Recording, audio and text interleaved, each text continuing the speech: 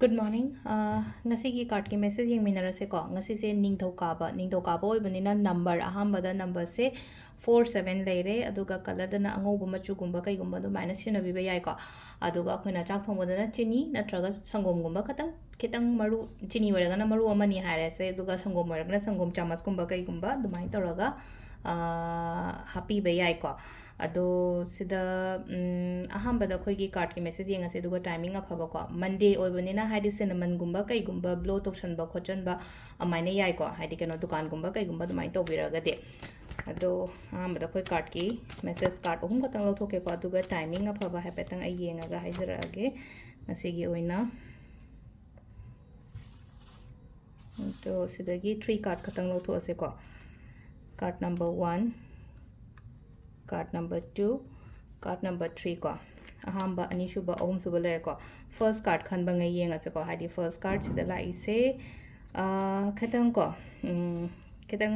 sida khoi first la je problems le ramagadi hadi problems dagi tholakpa hi lorakpa khotpa dumaina oina oi ko relief hangakpa naba harase naba ngasi yona hagadi nahange hakchang nuairam de kholam de haragadi hakchang guma nuairakpa khotpa problems kumba le ramaga su problems mayam dagi tholakpa khotpa dumaina oina oi ko number 2 ko number 2 sina yamna positive oi ko hadi nushina na leiba natraga hadi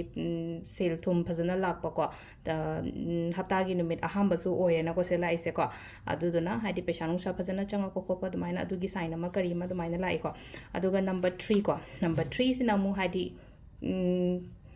ending oiba harasine ko hadi kaino ma leiramme na ka yetna raga leiramme pot ama hadi na handagi dum yetna ra khona raga leena khalase adugi pot mayam dugi lotion ba khochan ba adumaina tawraga lai ko adu si sina khoi gi cards ki message leire aduga timing sina euk ki pung mari ga minute ni futa ruk tagina taru ka minute kum doi phang leire degi tare ka minute yankhai ma pandaina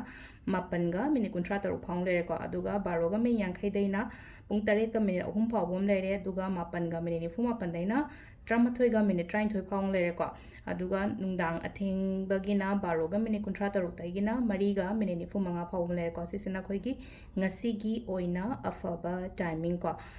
adu sida leire khoi gi daily card message se myam ko thank you